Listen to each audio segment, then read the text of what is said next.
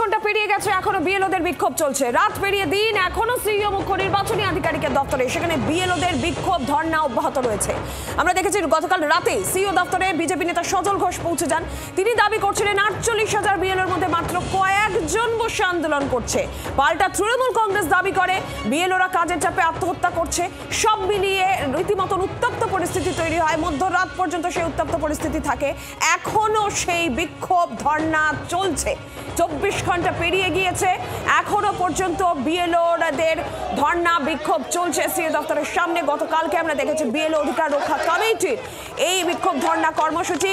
বিভিন্ন জায়গায় বিএলওদের বিক্ষোভ, কাজের চাপে আত্মহত্যার অভিযোগ, অসুস্থ হয়ে যাবার অভিযোগ সামনে এসছে। তাদের দাবি নিয়ে, তাদের কাজের চাপ কমাতে হবে, এই দাবি নিয়েই বিক্ষোভ ধর্ণায় সামিল হন বিএলওরা। এবং তারপরে মধ্যরাত পর্যন্ত পরিস্থিতি রীতিমতো উত্তপ্ত পর্যায়ে পৌঁছে যায়। সিইও দপ্তরের সামনে এই মুহূর্তের ছবিটা আমরা জানবো সরাসরি। অয়ন ঘোষাল প্রতিনিধি রয়েছেন।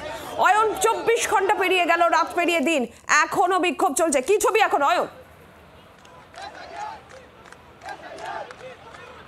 যতক্ষণ না পর্যন্ত সিইও তাদের সঙ্গে দেখা করছেন এবং তাদের যে সীমাহীন মানসিক চাপ, যে মানসিক চাপের ফলে এখনো পর্যন্ত একাধিক বিএলও তারা আত্মঘাতী হয়েছেন, অর্থাৎ তারা নিজেকে শেষ করে দেওয়ার মতো চরম পর্যায়ে গেছেন, কারণ তারা এই কাজের চাপ সহ্য করতে পারছেন না।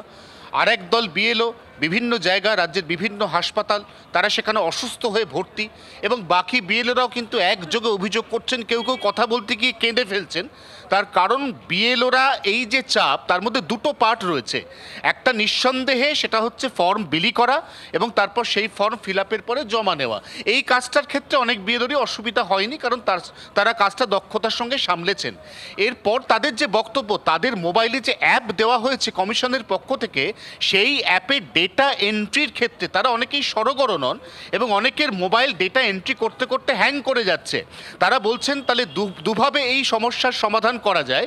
একটা যে ডেটা এন্ট্রির জন্য একজন অ্যাসিস্ট্যান্ট বিএলও দেওয়া হোক, যিনি অন্ততপক্ষে 4 বা 5 জন বিএলও তাদের যে মোট সংগৃহীত ডেটা শুধু সেটা এন্ট্রি করার কাজ করুন, অথবা এই প্রত্যেকটা বিএলওকে একটা অ্যাডিশনাল ট্যাব দেওয়া হোক, কারণ ট্যাবের মধ্যে বিভিন্ন কলামগুলো খুঁজে এটা ফিল আপ করতে অনেক বেশি সুবিধা হচ্ছে, এই ফর্মটাকে সাবমিট করতে অনেক সুবিধা হচ্ছে, যেটা অনেক ক্ষেত্রে মোবাইলে দিশা পাওয়া যাচ্ছে না, কারণ এক একটি আইকন বা বাগ এই মোবাইলের এক একটি জায়গায় ছড়িয়ে রয়েছে। আবার সেটা খুঁজে বার করতে করতে তাদের আগের যে এন্ট্রি করা ডেটা সেটা ডিলিট হয়ে যাচ্ছে। এই যে একটা সীমাহীন চাপ, এই যে অনভ্যাসের যে চাপ, এই চাপটা নিয়ে যতক্ষণ না পর্যন্ত সিইও তাদেরকে মৌখিকভাবে কোনো আশ্বাস দিচ্ছেন, ততক্ষণ তারা এইভাবেই এই যে অফিস রয়েছে 12 নম্বর নেতাজি সুভাষ রোডের 3 এবং 4 তলায় জাতীয় নির্বাচন কমিশনের যে কলকাতা শাখা, রাজ্য শাখা, সেখানে তারা অনড় অবস্থানে বসে রয়েছেন। এটা হচ্ছে ভেতরের ছবি। এবং বাইরের ছবি হচ্ছে গতকাল রাতে যে উদ্ভূত পরিস্থিতি, যেখানে আমরা দেখতে পেলাম বিজেপি নেতা সজল ঘোষ, তিনি হঠাৎ করেই তার কিছু অনুগামী এবং বিজেপি সমর্থক কর্মীদের নিয়ে এখানে চলে এলেন এবং তারপর এখানে তপ্ত বাদানুবাদে পরিস্থিতি দফায় দফায় উত্তপ্ত হলো।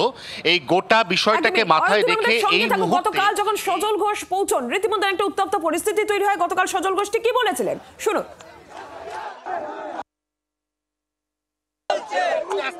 গণতন্ত্রকে বাঁচাতে হবে। এরা গণতন্ত্র লুট করতে এসছে। এরা গণতন্ত্র সকাল অব্দি আমরা থাকবো, আরো আমাদের নেতৃত্ব আসবে, বাংলার মানুষ আসবে। এসআইআর দরকার, বাংলাকে বাঁচাতে গেলে এসআইআর করতেই হবে। এসআইআর এর এই মুহূর্তে কোনো বিকল্প নেই। এসআইআর চাই, এসআইআর চাই এবং শেষ অব্দি এসআইআর চাই। বিএলওরা তারা আন্দোলন করছে, ওপরে দাঁড়িয়ে বিএলও 4টে, 84,000-এর মধ্যে 4টে বিএলও কেন? 84,000-এ 4টে বিএলও কেন? একেবারে তার যে এটা দাবি যে 84,000 বিএলওর কথা বলো। শিক্ষকদের একটা কর্মসূচিতে পুলিশ গুন্ডা বাহিনীকে এখানে থাকার অনুমতি দিচ্ছে। ওরা হুলিগান, ওরা টিচার, পুলিশ মদত দিচ্ছে বিজেপির গুন্ডাগুলোকে এখানে ঝামেলা সৃষ্টি করা। ওরা ইলেকশন কমিশনের আমরা দেখছিলাম যে গতকাল এরকমই উত্তপ্ত পরিস্থিতি এবং রাতভর ধর্ণা বিক্ষোভ, আজকেও সে ধর্ণা অব্যাহত রয়েছে। অয়ন, সেক্ষেত্রে এবার বিএলওরা কি করবেন? তারা যেরকম নিজেদের দাবিতে অনড় রয়েছে, এখনো পর্যন্ত কমিশনের তরফ থেকেও তো এই বিষয়ে কোনো বক্তব্য আসেনি বা তাদের এই দাবি নিয়ে।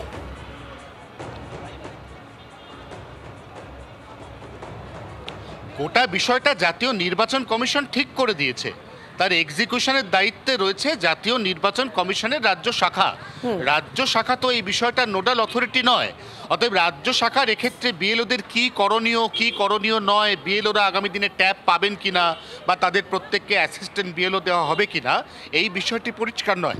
এখন এই ছবিটা দেখতে দেখতে একটা অত্যন্ত গুরুত্বপূর্ণ তথ্য জানিয়ে রাখি যে ভেতরে গতকাল রাত পর্যন্ত যে সমস্ত বিএলও ছিলেন আন্দোলনরত, তাদের মধ্যে অনেকে কিন্তু আজকে সকালে নেই, বরঞ্চ এই সংখ্যাটা ভেতরে অনেকটাই কমে এসেছে।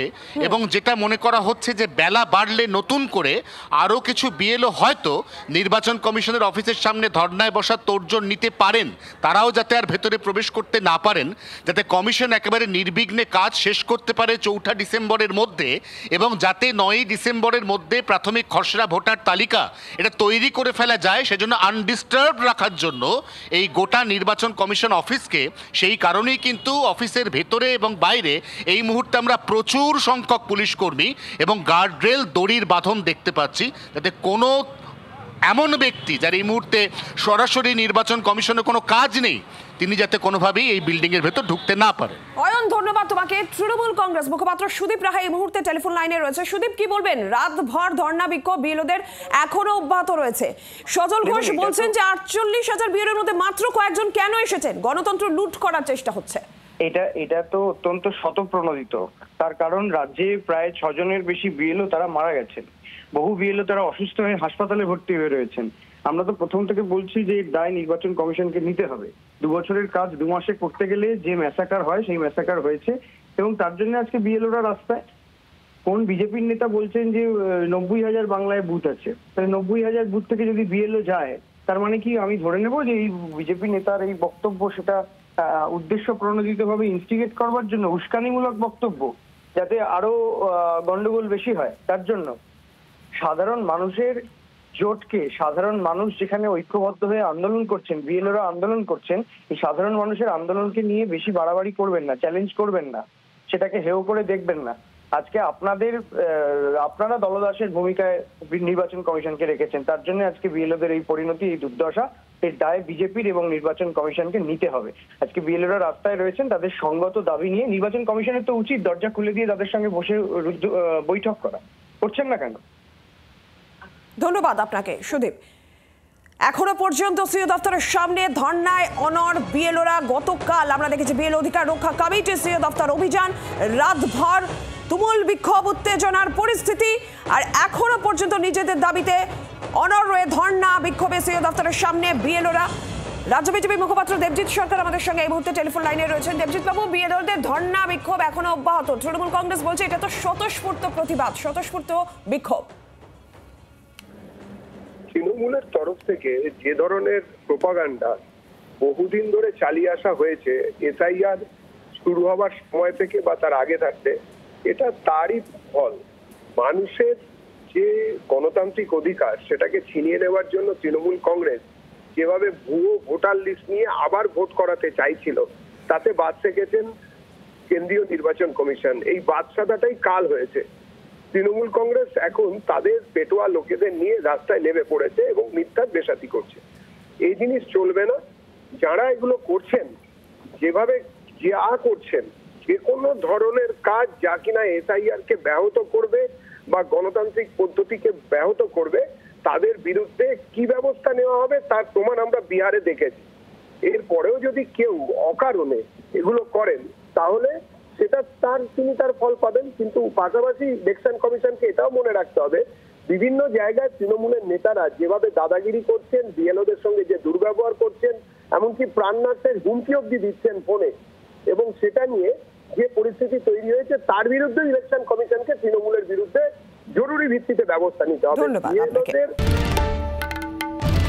বাংলার আওয়াজ, বাঙালির আবেগ, জি 24 ঘন্টা।